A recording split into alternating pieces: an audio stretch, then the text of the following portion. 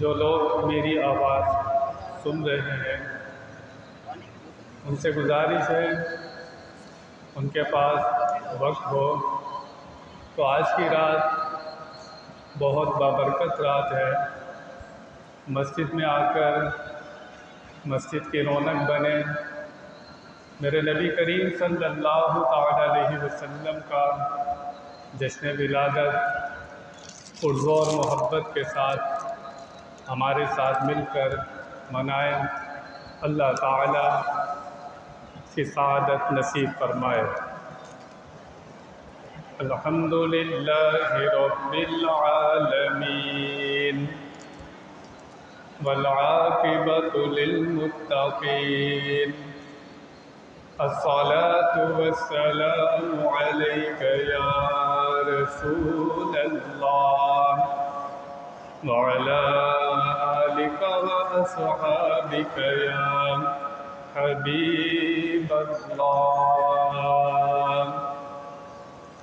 جیسا کہ آپ کو معلوم ہے کہ آج ماہ ربیع الاول کی 12 تاریخ ہے، یہ وہ رات ہے، اگر یہ رات نہ ہوتی، میرے نبی نے دنیا میں نہ آنا ہوتا تو یہ باقی راتیں بھی نہیں ہوتی۔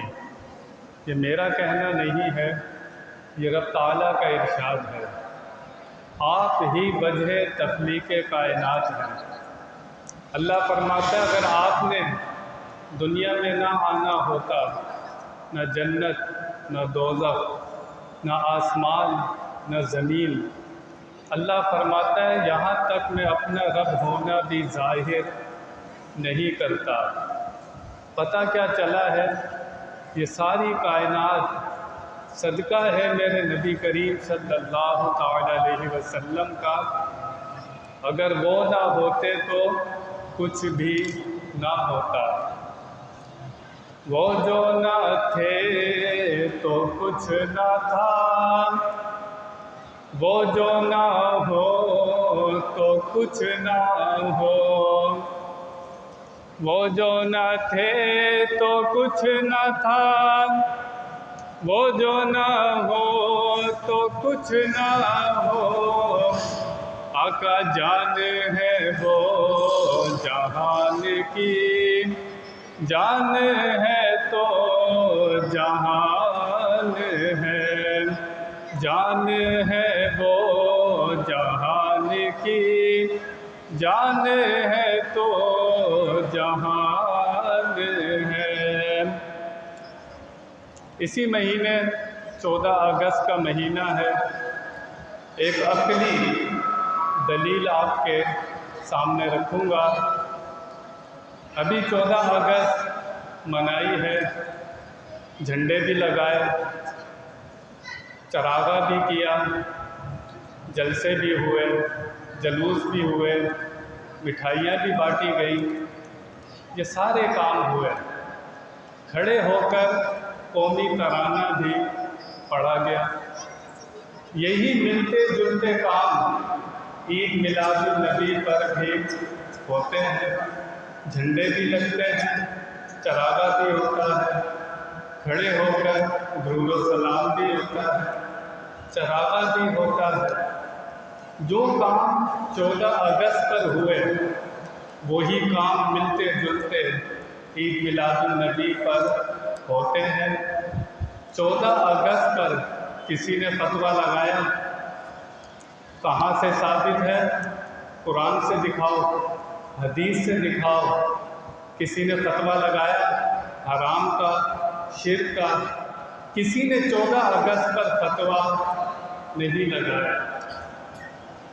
لیکن میلاد النبی پر یہی کام کرے تو کوئی اسے حرام کہتا ہے، کوئی بدعت کہتا ہے، طرح طرح کی باتیں لوگ کرتے ہیں۔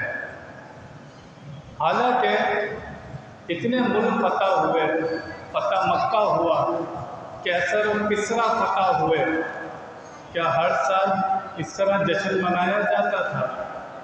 پاکستان ایک مرتبہ آزاد ہوا، ہر سال اس کی خوشی منائی جاتی ہے، اور پوچھو تو کیا کہتے ہیں، یہ جشن منانا پاکستان سے محبت کی دلیل ہے، اور جو نہ منائے حکومت کا ڈنڈا بھی ہوتا ہے۔ اگر 14 اگست منانا پاکستان سے محبت کی دلیل ہے، میرے نبی کا جشن ولادت منانا میرے نبی سے محبت کی دلیل ہے۔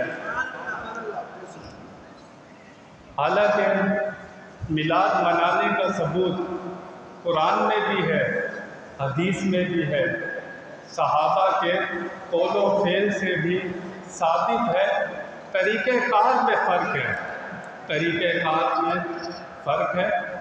اس دور میں بجلی نہیں تھی، وہ ایسے صحابہ نے مجمع لگا کر نبی پاک کا میلاد منایا ہے، حدیث سے ثابت ہے۔ اس دور میں جس طرح نماز پڑھی جاتی تھی، آج اس طرح عبادت وہی ہے۔ آج پنکھے ہیں، مسجد عالی شان ہے، طریقہ کار میں فرق آ گیا ہے، لیکن میلاد منانا یہ قرآن و حدیث سے ثابت ہے۔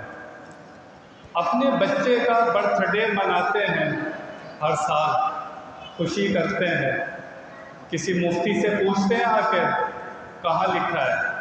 نہیں، وہ کہتے ہیں میرا بچہ پیدا ہوا ہے، میں ہر سال خوشی کروں گا، میں ہر سال خوشیاں مناؤں گا، کوئی اسے منع نہیں کرتا۔ اپنے بچے کی ولادت کی خوشی منائے، کوئی اس پر فتویٰ، نبی کے پیدا ہونے پر خوشی منائے تو کیسے منع کر سکتا ہے کوئی؟ جو لوگ اسے شرک کہتے ہیں ان کو تو شرک کی تعریف بھی نہیں پتہ۔ میلاد منانا کبھی بھی شرک ہو سکتا نہیں ہے۔ شرک کہتے ہیں برابری کو۔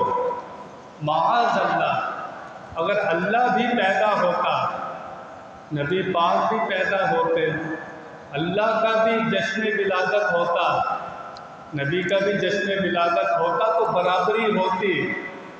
ہم تو نبی کی ولادت کا جشن منا کر یہ بتاتے ہیں وہ خدا نہیں ہے، خدا کے بندے اور رسول ہیں۔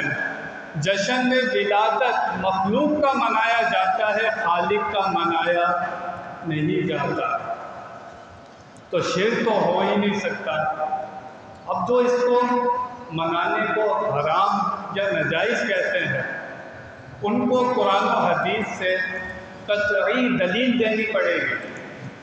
قرآن میں لکھا ہو، حدیث میں ہو، کسی امام کا قول ہو، کسی نے کہا ہو، کہیں لکھا ہو کہ نبی کا جشن ولادت نہیں منانا چاہیے۔ دوسرا جنم بھی لے لو نا، قرآن و حدیث سے